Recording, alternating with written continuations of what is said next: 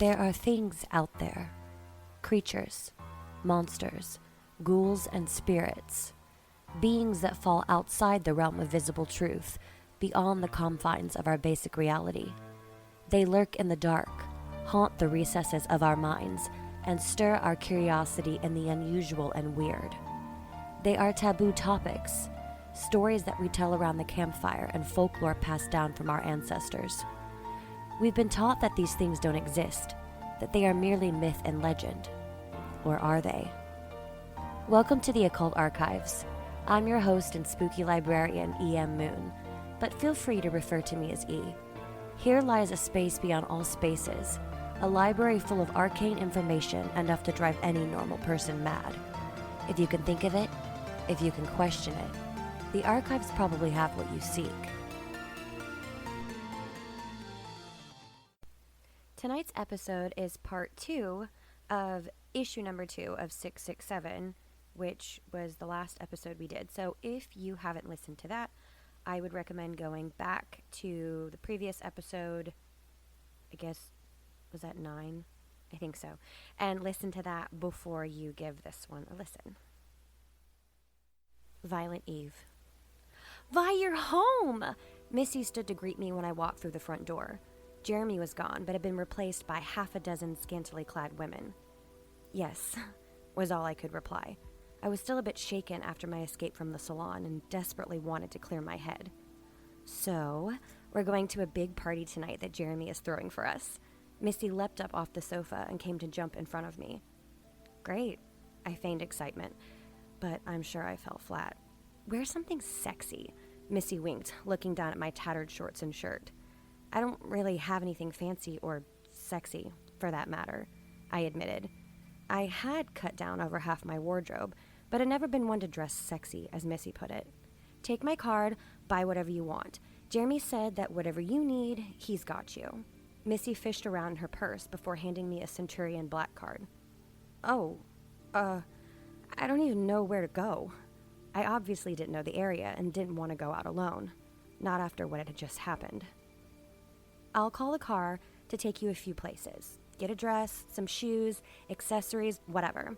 Then you can come back here and get your hair and makeup done by Nika. She's fantastic.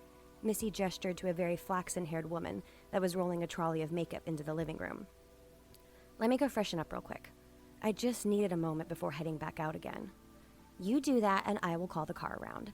Missy patted my backside as I headed to my bedroom. I was in there long enough to wash my face and hands, pull my hair into a ponytail, and change my shoes from combat boots to sneakers before Missy was yelling at me about the car. I trudged out of the room and waved goodbye to her as I climbed into Jeremy's chauffeured Mercedes and sped off towards some expensive shopping.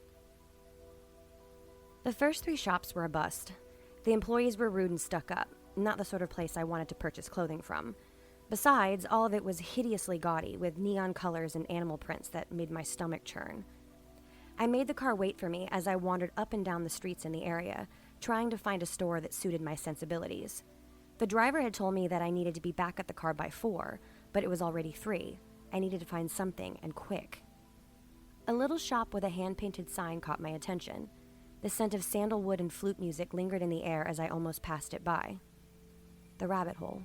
I spoke the name aloud as I stepped over the threshold and into a haven for weirdos like me.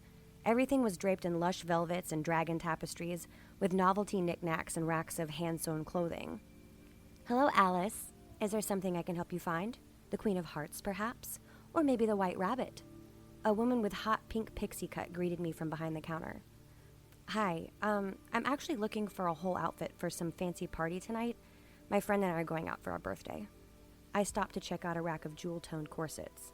Well, happy early birthday. She smiled and stopped for a second to scan the outfit I wore. I take it you aren't a silk and chiffon type of person.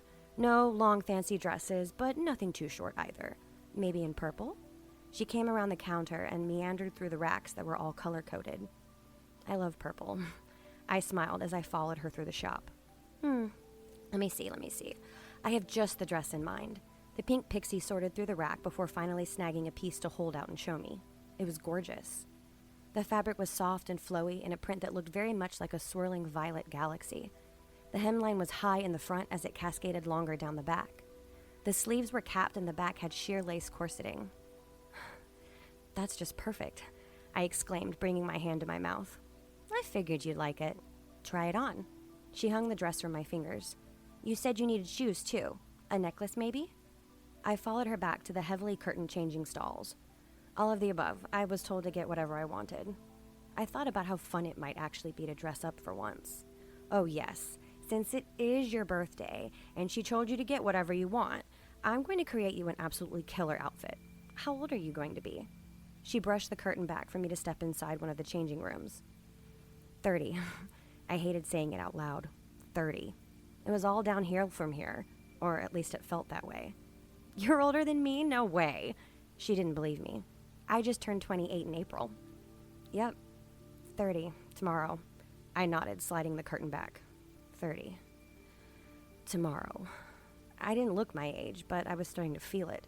I was going to be 30 with nothing to show for it but a few self-published books that made me a minor amount of money and a stupid blog that no one followed. I had not met my goal of becoming a heavy-hitting fiction writer like I'd planned. I slipped the dress on and checked myself out in the mirror.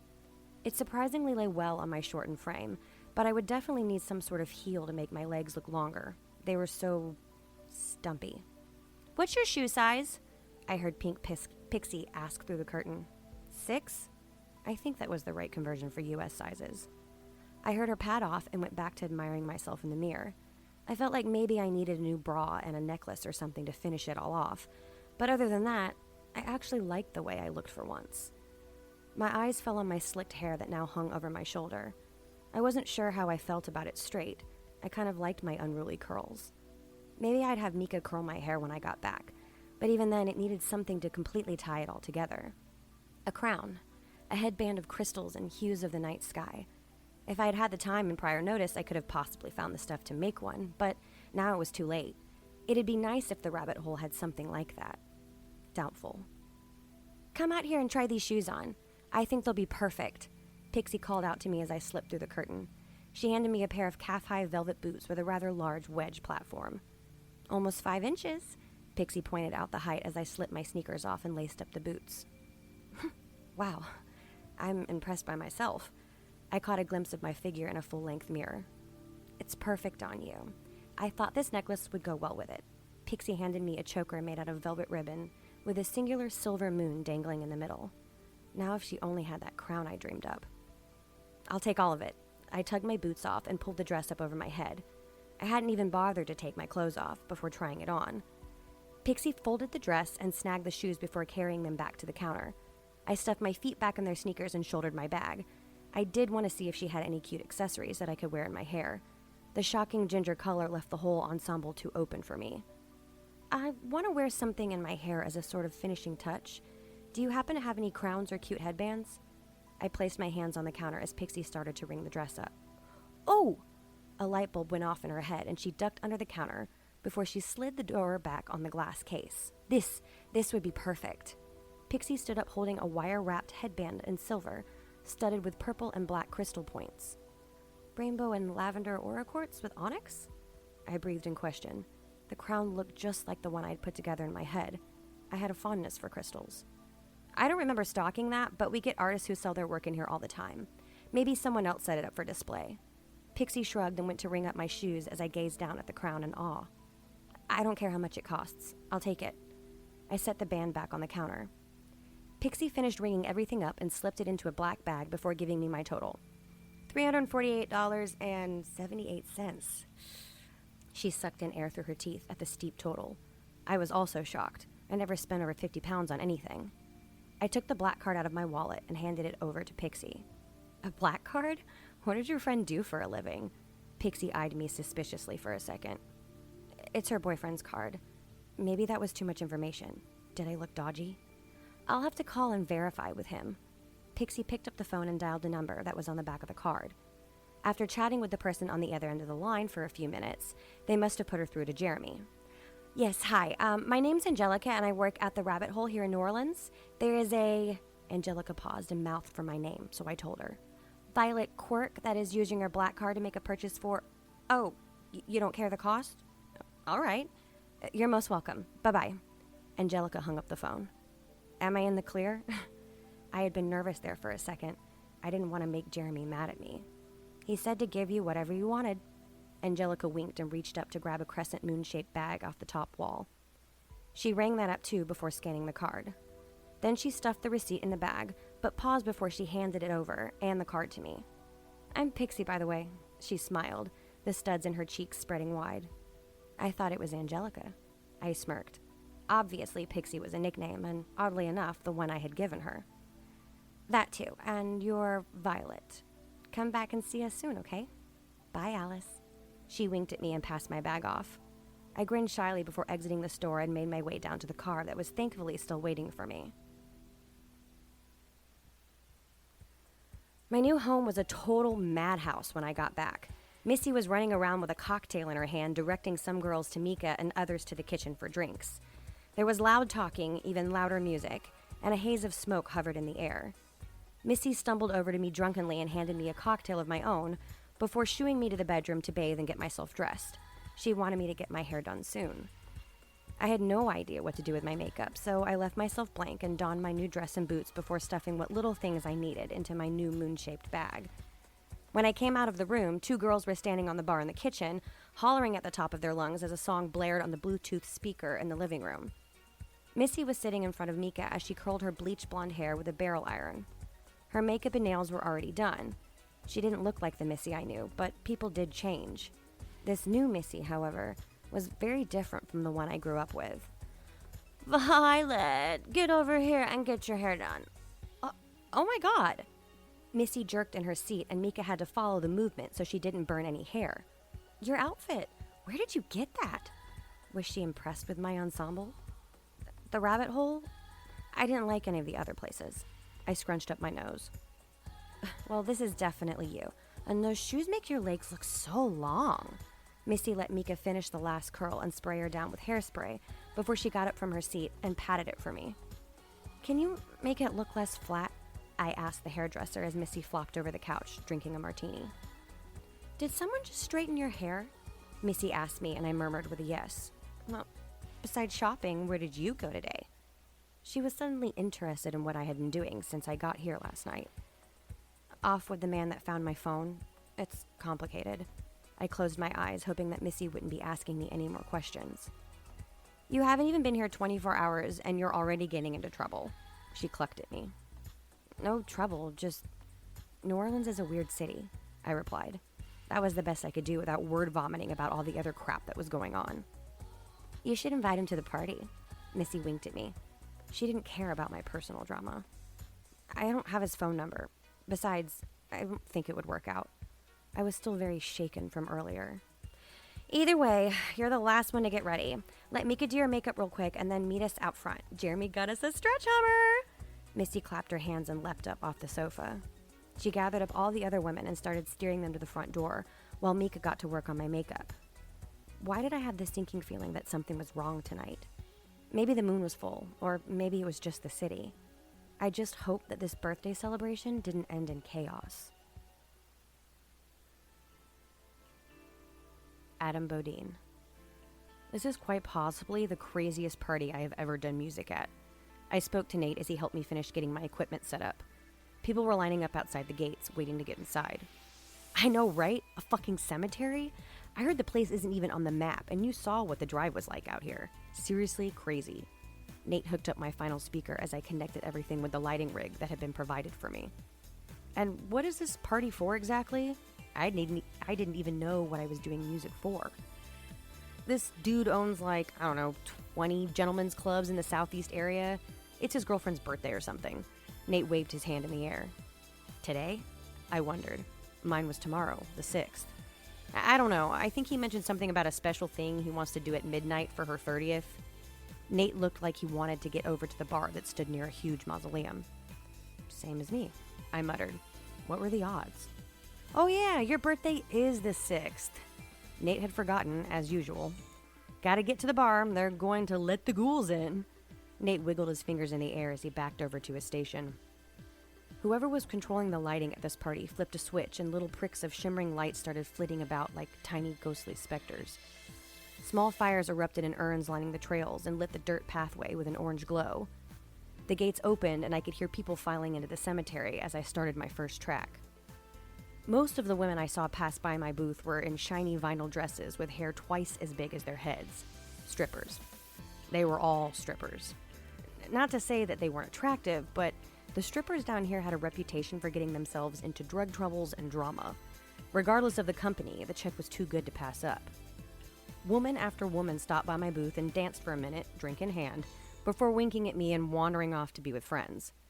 A couple girls even slinked by in furry boots and fuzzy-eared hats with glow sticks around their necks and wrists. Stripper rave. That sounds like there won't be any trouble at all. Then the men started coming in. A lot of college guys and quite a few business types. This made the atmosphere change. Groups of women started flocking to one or two men, usually the ones that I pegged as being wealthy, while a few of the more innocent-looking girls walked around arm in arm with college-looking frat guys. It went on this way for some time. Eventually, a crowd had formed in front of my booth as I laid track after track of popular remix songs and a few of my own. Nate came over about an hour in and bought me a drink. I told him that I was going to need more than that. I felt anxious for some reason, and I knew that alcohol would soothe the worry. I was starting to heat up. That wasn't helping the anxiety either. My hands felt hotter than usual, and I worried that I might melt through the flame-proof gloves and destroy my expensive sound equipment. I beckoned for Nate to get me 2 more shots of vodka and a glass of ice. Make that 3 glasses of ice. No, a whole goddamn pitcher. Nate wasn't aware of my condition, so I played it off with a lie about the combination of the southern heat and the lights I was standing under. He was pretty much drunk already. The lie worked better than I'd expected. I started a new track, one that I knew didn't have to be messed with for a while, and took the picture out of sight. I tore my gloves off and plunged one scalding hand after the other into the ice.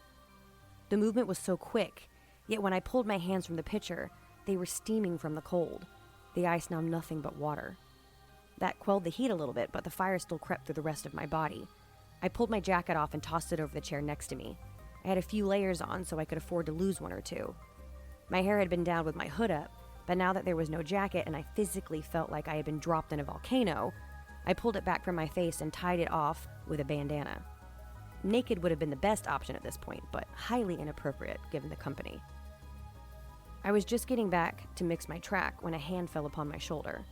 My first reaction was to swing, but the voice that accompanied it made me rethink my actions. "I'm very disappointed in you." "Henri, what the hell are you doing here?" I let the track play as is and turned to my very disgruntled brother. "I tracked you down, called the bar, and they told me that Nate was out with you at a cemetery party. This is sacred ground, Adam, and you're participating in its desecration." Henri's eyes shone red amidst the dancing lights. "I'm just working a job, Henri. Nothing is being destroyed. The cemetery hasn't even been kept up in years." I pointed out that there were crumbling tombs and mausoleums that were scattered about. It hadn't been vandalized or anything, but it was ancient. "That doesn't matter! You all are just adding insult to injury! You were raised better than this, Adam." Henri's nose was scrunched up in frustration. I did know better. The dead were sacred. I was taught our ancestors were something that we revered. We respected them. They came before us and paved our way. They were part of our ancestry, our blood. But I hadn't known it was going to be at a cemetery. They didn't tell us till we had already driven to the first stop point to get the address to here. I didn't know we were going to a party at a cemetery. It was one of those invitation-only scavenger hunt sort of deals. Exclusive, isolated location full of debauchery and drunkenness. I tried to defend myself. "But you're still here, Adam. You could have declined when you found out. These people have no respect for the dead. Look at them, half naked, having sex on the crypts and leaving their empty cups and used condoms littered about.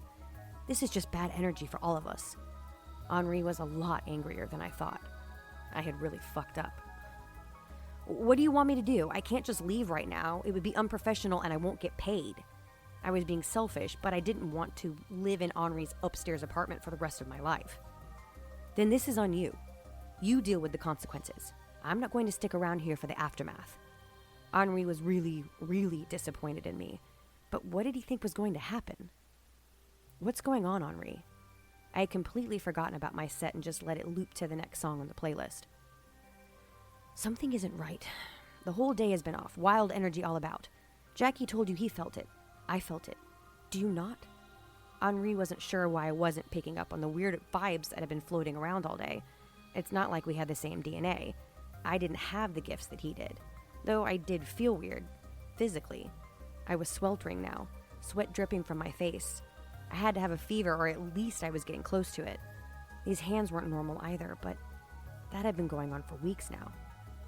I do feel it. You think this has anything to do with it? I held my gloved hands up for him to see that they were practically steaming. I don't know. I thought it was a curse, but after today, after what happened with your friend Violet, I did some divination. I pulled the devil card at him. Henri came closer to me to speak. I glanced out at the crowd in the cemetery. It was much bigger than before. At least people looked like they were plenty satisfied with the music that I had picked. Go on, I urged him. I knew a little bit about tarot, but nothing that pertained to what he was divining for. Some negative outside influence is bearing down on us. It's been a long time coming. I didn't want to get you involved, but others have felt it too, seen it in the bones, read it in the cards, divined it in the stars, and it's been stronger today than any other day.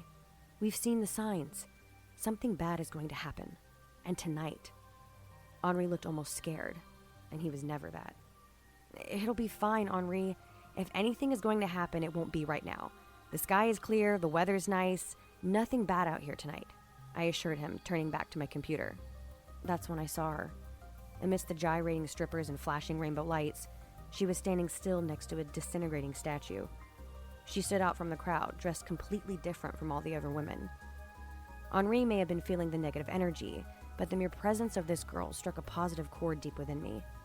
I turned back to see if Henri was still waiting around for me to change my mind, but he was gone. And when I looked back into the dancing crowd, the woman that had captured my attention was gone too.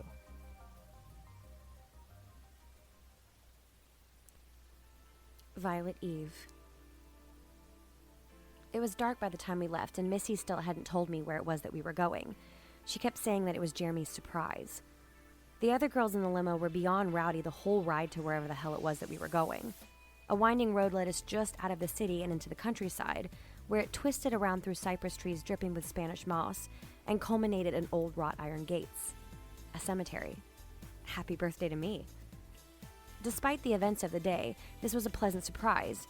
Maybe not for your average normal human being, but there was something so peaceful and yet exciting about being amidst the dead. I had visited many a historic and ancient cemetery in Ireland and the surrounding area, but I had never seen a cemetery like this. All of the graves were in above-ground mausoleums and crypts because of the flooding in the area and the swampy marshlands. No one was buried underground here. A cemetery? I breathed as the limo pulled up to the gates, and I tried to desperately peer out the window to see where we were. Missy noticed my interest among the girls chattering and passing around glasses of champagne. She hit the button for the sunroof, and I was able to straddle the seat and poke my head through. I could hear music and see lights waving in the air as they illuminated the darkened night around the gates. We were fashionably late, as Missy called it, and everyone else seemed like they were already within the cemetery, partying like it would be their last night on Earth. Surprised? Missy tugged at my dress and pulled me back down into the limo. You knew? She had apparently known all along. She wanted me to be surprised. Of course I knew. It was my idea. Jeremy just organized it all. I remembered how much you used to love trekking out to the family plots to do gravestone rubbings and have picnics. I knew you'd love it. Missy smiled at me. There she was, my old Missy, the best friend that I spent my childhood and beyond with. Thanks, miss. I tried not to tear up. As hard as things had been, she always knew how to make them just a little bit better. Enough chit-chat. We have a birthday to celebrate. Missy held her glass in the air and everyone clanged their own against hers. Doors started to open and we all filed out to the gates. A bouncer, the one from the Cat's Meow, greeted us at the front and gladly let us inside. I had never seen so many scantily clad women in my life. There were at least 3 to a man, all past the point of inebriation, as they screamed in excitement when they saw Missy. She was quite popular, it seemed. All of her other friends flocked to her side and began talking at once about the party, their outfits, the drinks. I lost interest. That little glimpse of the old Missy was gone. Maybe I needed a drink. I still wasn't feeling like myself, even if I looked good or not. I spotted a bar that had been set up over near a crypt with the name Willis chiseled into the top, and bumped my way through the crowd that was dancing in front of the DJ booth. I thought the music was quite good, despite my anxiety over the night. Double shot of Jameson, please. I laid my hand out on the top of the glittering bar and waited for the bartender to turn around. He was bobbing his head, engrossed in the music, when he turned to face me. Violet? He exclaimed as he turned around with 2 shot glasses of whiskey. It was Nate. Nate? I was just as surprised to see him here myself. Look at you! Haven't even been in the city 24 hours and you're already attending exclusive secret parties. Nate set my shot glasses down and I took one right after the other. Yeah, I breathed, holding up 2 fingers for another set. How did you manage that one? Nate poured 2 more and passed them to me. It's my birthday party, sort of. I went to take the shot when Nate stopped me and filled the 2 glasses all the way to the rim. This is your party? You aren't Mr. Beaumont's girlfriend, are you? Nate posted up on the bar, prepared to grill me for information. No, my best friend is. We just have the same birthdays. I downed my other 2 shots. So, your birthday's today? Nate glanced over the DJ booth and back at me. Tomorrow. All of this was a surprise to me. I slid the empty glasses back over to him. Before he could say anything else, an older man sidled up next to me and ordered a gin on the rocks.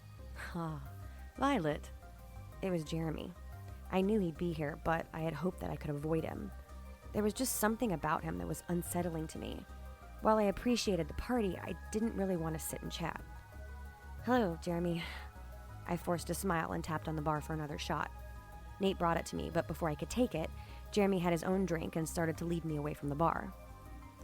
What do you think of the party? Missy mentioned that you were fond of cemeteries.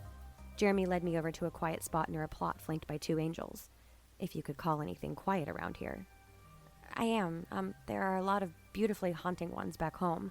This one is incredible, though. I've never seen a cemetery in Ireland with plots like these. I was actually carrying on a conversation with him unintentionally, but I like to talk about weird things with just about anyone. This is Beaumont Cemetery, sitting on what used to be Beaumont Plantation, my family's original home here in Louisiana. Jeremy smirked at me. I could see why Missy was attracted to him. The accent was just a bonus. Well, it's beautiful. I've always been interested in the past. Who we were, how we advanced, what brought us to where we are today. It's part of the reason I became a writer. I was talking about myself. This felt weird. Missy mentioned that you were an author with a few books published already. Do you do well? Jeremy was talking business with me like I was someone important. Oh, I'm hardly an author. I have a few books in my Ghost Prophecy series, self-published online. I make mediocre money at best. I'm hoping I'll find better work around here. I nodded, wishing I had another drink in my hand. A woman passed me by with a tray of mimosas, so I snatched one up and began sipping. Well, you could always work for me. Missy makes plenty of money to live comfortably and then some. Jeremy leaned into me as he finished his gin. You know, I have no idea what it is that you do. Missy never told me. She hadn't. Ever. Why was that just now striking me as odd? An entrepreneur, an investor, a manager, amongst other things. I own and operate over 20 gentlemen's clubs in the southeast area. We also run a few burlesque shows and several nightclubs. He entailed to me what he did for a living. Missy told me she had been dancing. She had come over here to the States on a scholarship for dance, but school hadn't worked out. She told me she was employed with a company and was making tons of money. As a stripper. This wasn't Missy. Missy had never been one to use her body to get what she wanted, but she didn't seem like the girl I had known for all those years in Belfast. Exotic dancing was a lucrative profession, but not one for her. What had happened to Missy over here? You want me to work for you doing what? If he said stripping, I was going to bash him over the head with the plastic cocktail glass in my hand. Well, you have something I haven't seen in my girls. Natural hair, natural body, innocent face. You'd make a killing. And your style is so unique. I think you could draw all new clientele. Jeremy's smile widened as he sized me up in the strobe light. What the fuck? Stripping wasn't my cup of tea. Getting naked around anyone wasn't either. Who the hell did he think he was, asking me to become one of his dancers when he hardly knew me? I told him I was a writer, a very introverted, awkward as fuck writer. I'm good. I wanted to tear him a new arsehole, but I couldn't find the words. This was not what I had expected, nor planned. I came here to start a new life, not become a stripper and get wrapped up in whatever Missy was in. I realized in the limo ride over that she had become quite a fan of a drug that had the same name as a certain carbonated beverage. Think about it, won't you? I'm sure it isn't what you want to be doing right now, but you could take all that money you make and invest it in your books. Jeremy chewed on a partially melted ice cube. I don't think I'll ever be interested, but thank you for the offer. I was polite, but hoped that I had made myself clear. Too bad. Enjoy yourself, but be back here at midnight. I have something planned for the birthday hour. Jeremy winked and bowed out of our conversation. I breathed a shaky sigh of relief as he left me alone with the rest of the partygoers. What just happened? Here I am wandering around this new city with some naive expectations as to what my new life was going to be like. Instead, things were vastly different. I strolled over to a crumbling statue, weather-worn and lichen-covered, and paused as I continued to think about everything. On my first night here, I had almost been sexually assaulted and possibly killed. Missy had been all flippant and nonplussed by the goings-on around her. That orb had shown me some terrifying things. Jeremy propositioned me to dance naked for his company, and then there was Adam. There was already enough on my plate, and I didn't need this. I hadn't realized that I had been staring into the blinding lights of the DJ booth, the music reverberating around me as people seemed to dance in slow motion.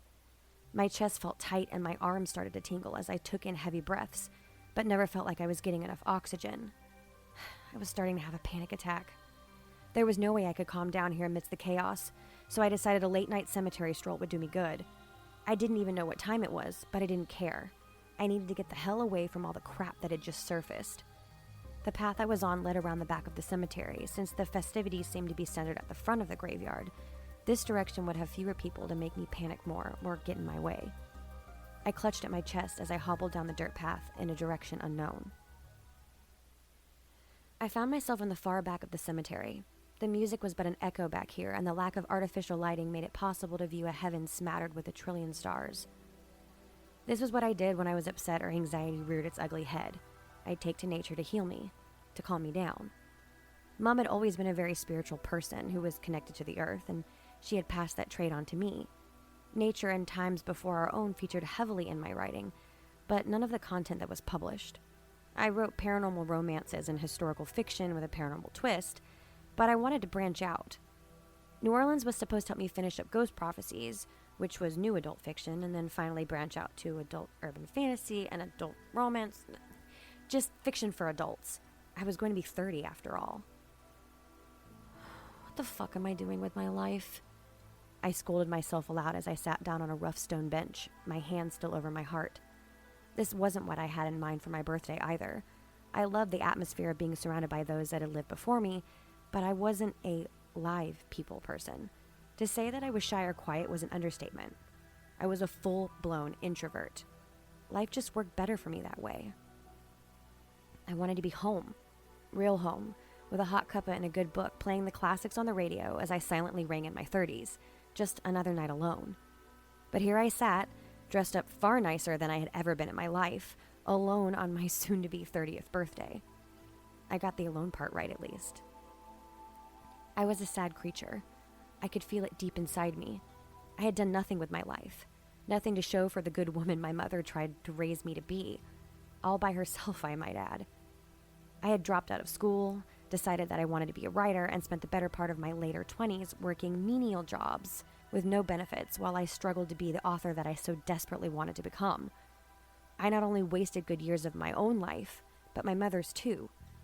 I tried to take care of her, tried to keep her from them. I had thought she was paranoid at first, but some things just didn't make sense. My time was so preoccupied with a fantasy world that I forgot about reality and let my own mother die because of my carelessness. I deserved to be alone on this milestone. It was my punishment for the poor decisions that I had made. When the clock chimed midnight, I wouldn't be any different than I was at this moment. Still a fucking loser, doing nothing with my life. Adam Bodine. Did you see her? Nate ran over to my booth and tapped on the table. See who? I had just put my headphones on after Henri had made his abrupt exit and was trying to get back to my set. Violet, she's here. Nate looked excited. Wait, Violet is at this party? From what I knew of her, that seemed highly unlikely.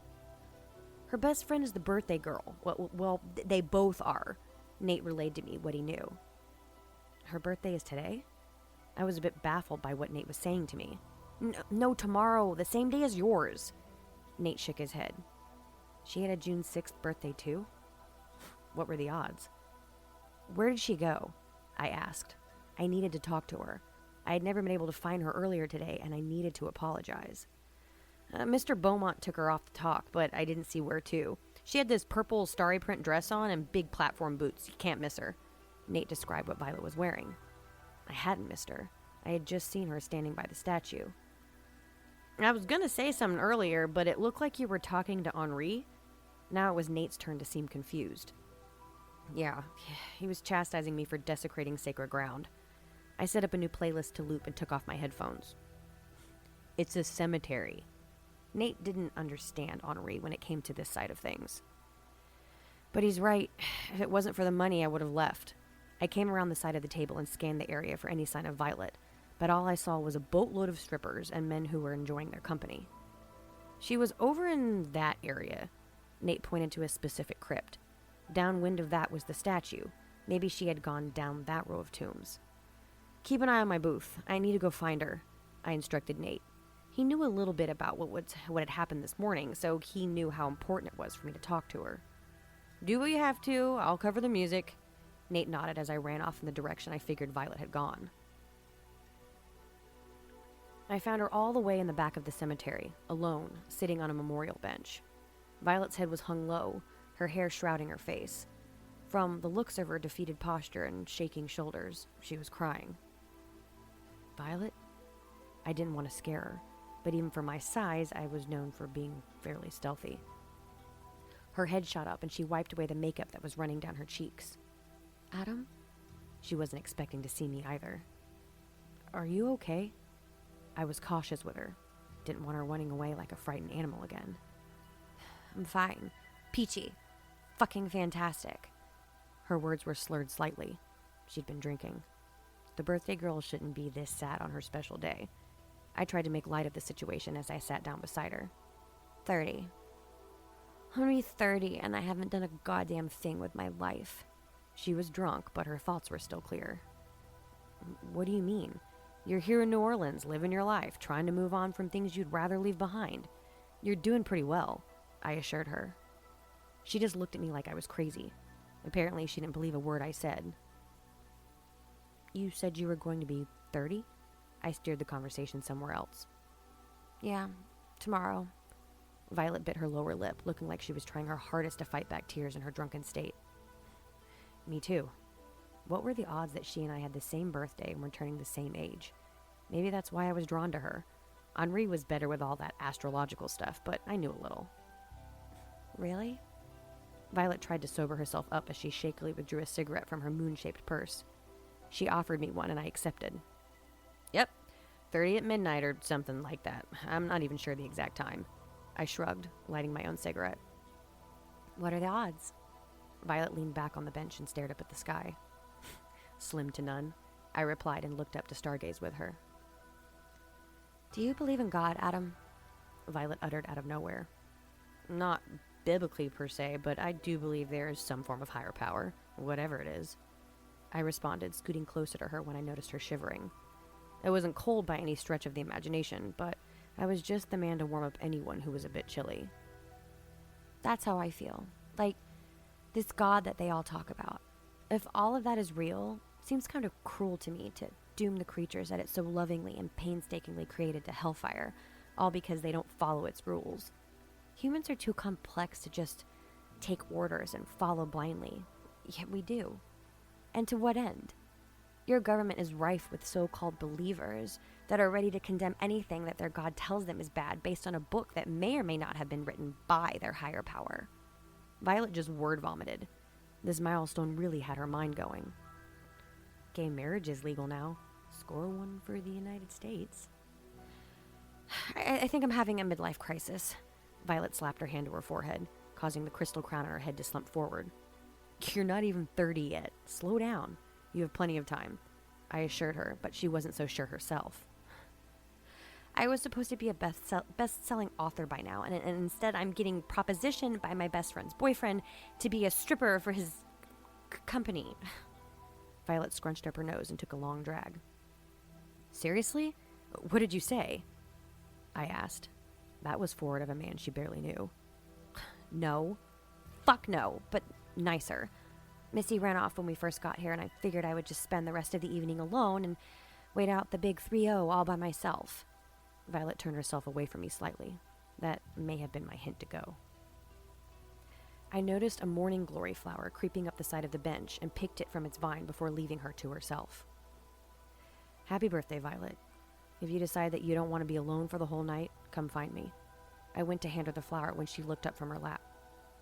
I don't need you to keep running after me, Adam. I don't need saving. She didn't even budge to take the flower from me. Something in me snapped, and I flung the flower down on the bench and stormed off back to the party. I didn't need to be so concerned with a stranger anyway, especially not now. The heat from my hands was creeping up my arms, and I noticed that the charred parts of my flesh had now begun to peek out from the cuff of my gloves. My not catching fire was more important than trying to save someone that didn't need a knight in shining armor anymore. Violet Eve. I hadn't meant to be so mean to him, but I didn't need anyone taking care of me, or even trying to. As positive as I tried to be, I was pessimistic about tonight and this whole birthday thing. I wanted to get the fuck out of here, but I had to wait because the limo driver was the only one that could get me home. I got it from the bench and picked up the morning glory. Such a beautiful flower with a color that matched my name. I loved flowers. Mom had too. We had a garden for a while where we grew all sorts of things. All of that died when she did. I hadn't even bothered to check the time. I knew Jeremy had said midnight, but I didn't really care. Missy wouldn't miss me then if she wasn't already. I started running one hand down the crypts while I twirled the flower between the fingers of the other. Calm and quiet. That's what I wanted, and that's what I was getting right now. I stopped at a particularly grand mausoleum to see the name Beaumont carved out in large stone letters. Maybe I should pay my respects. I looked down at the flower between my fingers and bent down to place it in front of the grave, with other long withered bouquets and candle wax. I didn't notice the music anymore, or even the lights flashing on the other side of the cemetery. I also didn't notice the fog that had rolled in. It was light at first, a fine mist that laid low to the ground. Slowly it crept in thicker and started to envelop everything. I couldn't even see my own hand in front of my face as it slithered through me. What the hell? I spun in a circle, trying to figure out which way I had been originally standing. The fog cleared almost as quickly as it had begun. I spun back around to face the crypt, when everything inside me just seized up. Every joint in my body was locked in place, every muscle rigid. I felt as if the sinew would snap at any moment if I went to move. Was this another panic attack? Had the fog somehow brought one on for no reason? Then I felt it, like a tiny atom bomb went off in my gut. It felt like someone had shot me, but the pain multiplied as millions of other explosions went off inside my body. It felt like my cells were ripping themselves apart one by one as the tension in my muscles released and my joints allowed me to fall over on my face. Then the screaming started. I could feel something visceral tearing through my DNA, multiplying at such a rapid rate that I thought I would explode. I recognized this feeling, this agonizing rearrangement of my cells at a molecular level. I had seen this all before, when Henri had handed me the diviner. Was I dying? If I was, why? I just kept screaming, clawing at my face and body as I felt it morph underneath my touch. A primal roar escaped my lips as it felt like every bone in my body shattered into a million pieces, my nerves on fire from the excruciating pain that was pressing against my person. Death had to be the only option in this. My skin began to crawl and I felt like my eyeballs were melting in their sockets. I was now hyperventilating as I struggled to not lose consciousness. The searing sensation in my eye sockets had subsided, but I was now blind. Everything around me was dark, and all I could hear was the distant screams where the party had just been going full force. Help me. Please. I called out to no one as I felt one last agonizing pop within my body before I passed out from the pain. Adam Bodine. I went back to spinning my set, but not before someone handed a microphone to the man who organized the party. "Excuse me, can I get everyone's attention?" He cleared his throat and the crowd ceased their noise as I paused my music. "My name is Jeremy Beaumont, and I just wanted to thank everyone for coming out to Missy and Violet's 30th birthday bash." The crowd erupted in hoots and hollers, accompanied by applause. "It's almost midnight, and when the clock strikes 12, these two beautiful ladies will enter a new decade of their lives, and I want to ring it in with a big surprise." The crowd got excited all over again. I hadn't seen Violet. She never came back. Her party was just going to go on without her. A woman, who I could only assume was Missy, strode up and wrapped her long, tan arms around Mr. Beaumont's waist. He smiled down at her, still holding the mic in the other hand. I watched him signal to someone I couldn't see as he pressed the microphone back against his lips. 10, 9, 8, he started to count down. I checked my watch, and it was indeed almost midnight. 7, 6, 5. The crowd had joined in with him, and Missy was jumping up and down with excitement. 4, 3, 2. It was almost midnight. What sort of surprise did he have planned for the girls? 1. The number echoed in my head. Everything seemed to pause around me as a lazy fog crept into the cemetery from the gates. It was low at first, but as it billowed in, it began to thicken. People were murmuring as they watched the mist roll by, but Mr. Beaumont just stood there silently, his arm wrapped around Missy's waist. Her eyes were lit up with anticipation as the fog trailed over the partygoers. It made its way to her and began winding around her body like some ethereal shroud. "We need to go, Adam." Henri snatched me by the arm and pulled me back from the booth. "What the hell, dude?" I snapped out of surprise. "I already have Nate in the car. This fog, this is what we've been seeing in the visions. It's starting." Henri pulled me further back. I watched as the mist had woven itself fully around Missy and was now settling from her body. Her smile quickly faded and she started to gag, choking on nothing but the air around her. "Now, Adam, we have to go now," Henri urged me. I watched the fog slither its way down the path. It was as if it had a mind of its own. "Violet's here. I have to go find her." Suddenly I wanted to save her again. That anger I had harbored didn't last long. "Where is she?" Henri's eyes were wide as he stared over my shoulder. "In the back of the cemetery." I handed my laptop over to him. I needed that at least if I had to leave everything else behind. I knew better than to question Henri's foresight. "Go around the other side and steer clear of that fog. It brings something terrible with it." Henri took my computer and ran off towards the exit as I heard a scream behind me. Missy was now seizing on the ground, and the people around her were panicking as something clearly painful took over their bodies. Jeremy didn't do anything to help anyone and just watched, still as a statue, as others began to cough and sputter, not able to help her or themselves. As much as I felt for them, I had to find Violet before the fog reached her too. "Violet!" I bellowed, kicking dirt up behind me as I flew down the path I had taken earlier to find her. I was soaked from head to toe in sweat as my body rose well over a safe temperature, but I had no time to stop and cool down. "Violet!" I screamed again as soon as I came to the spot where I had left her. She wasn't there. This place was more of a maze than I thought. If she had gone down one of the many paths that were in front of me, the fog could have easily gotten to her already. Then I heard a scream in the distance, and then another, but they weren't coming from Violet's direction. That one was Violet. I sprinted off in the direction of her pained screams, but before I got to her, they had stopped. "Help me. Please." I heard a hushed voice on the other side of a metal fence that surrounded a private crypt, but the fog had found me now. It hadn't just snuck up, but had come at me from all directions. "Violet!" I called out again and rushed in the headlong, but not before the cloudy mist finally trapped me. I threw my arms up instinctually to shield myself, but there was nothing I could do to fend off the air as it slithered up my body. Maybe it wasn't fog at all, but some sort of nerve gas that Missy's dick of a boyfriend had psychotically set off in the cemetery. The fog had subsided, leaving me standing there, still able to look around. I charged forward again, hoping that I'd at least make it to Violet before the effects took hold. I leapt the fence to find her on the other side. She was facing down on the ground, her head turned away from me. Before I could step forward to see if she was alive, the fog started to work its magic. My body went rigid, my knees buckled, and I began to seize violently only feet away from Violet's lifeless form. I clenched my teeth as I felt the fire inside me explode like the volcano that it had become. Red-hot embers ripped through my muscles and melted bone as I felt my body turn to ash from the inside out.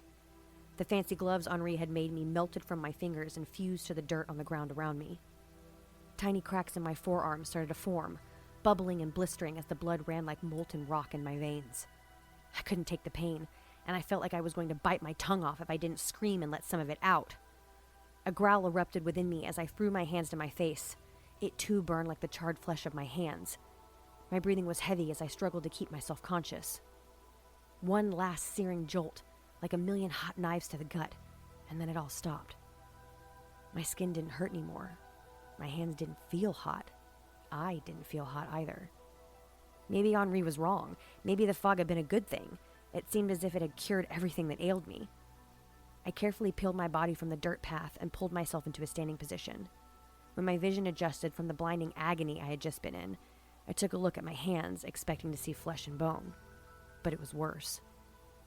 The charred skin and ember-filled veins had crept their way up to my arms, almost to the elbow. Every time I breathed out, sparks of orange popped from my mouth. I threw my hands up to my face, but they didn't burn the flesh there, because there wasn't any. Reptilian scales armored the sockets of my eyes and the skin of my forehead, the plates altering my vision somewhat.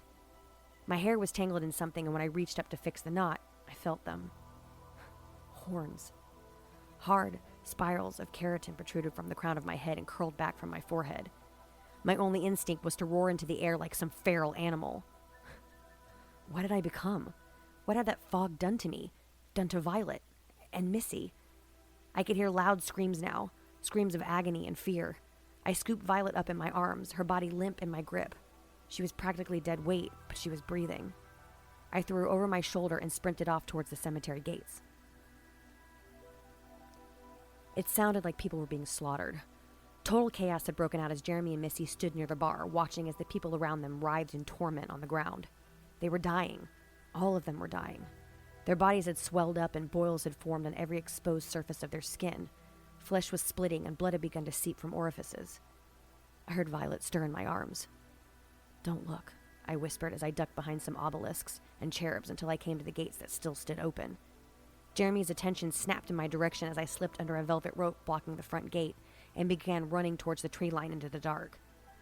I hoped that Henri was still waiting for me.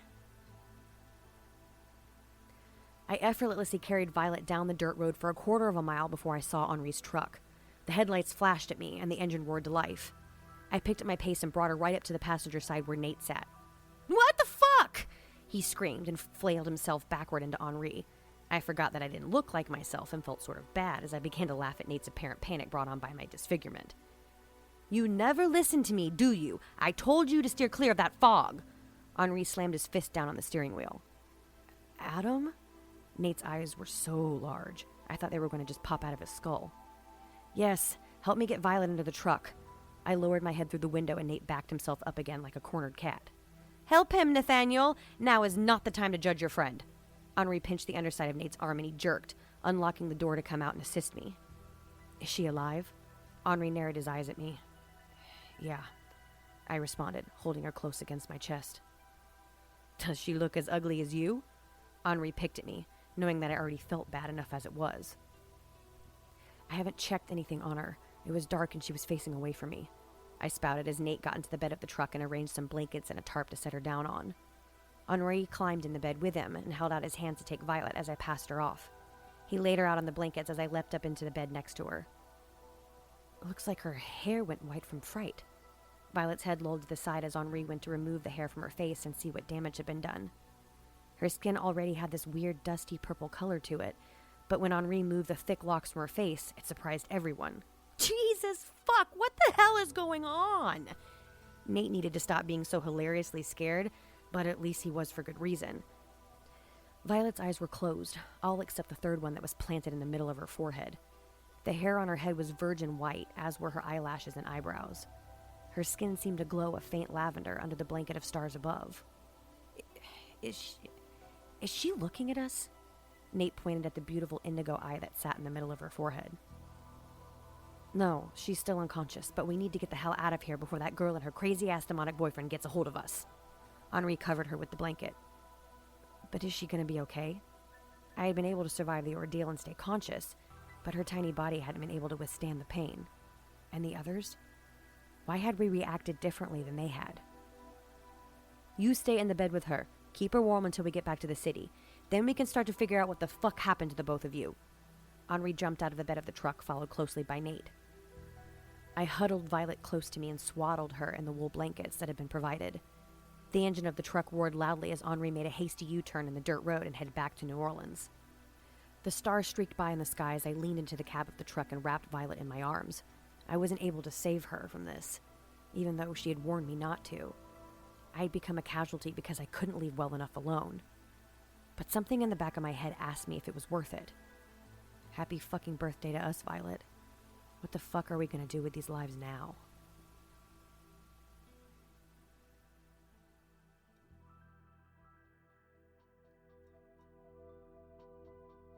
That's it for tonight's episode and the end of issue number 2 of 667. I know that some of you may have been expecting the Bermuda Triangle, and I apologize that I couldn't get it done for this week, but it's up next. If you ever have any ideas for episodes, feel free to shoot me a message on the Occult Archives page on Facebook or Instagram. If you're really loving the content I'm putting out, consider subscribing to the podcast wherever you listen to podcasts, and leave me a rating and review on Apple Podcasts if you have access to it. Apple Podcasts is the leading platform for podcasts and can really help the Occult Archives, can't speak, kit scene, which helps me bring you more spooky content. You can also find me on Buy Me a Coffee at Occult Archives and support me there with tips or a monthly membership for only $3 a month. I'm working my way towards a nice USB audio interface so I can record future episodes with better audio quality and make recording easier on myself, which could mean more frequent content for you, my spooky friends. Now that I've tripped over my words like I usually do and rambled on, bored y'all to death, let me just end this episode with a hip hip hooray that retrograde is over, because it's been hell on all of us, if you believe in that sort of stuff.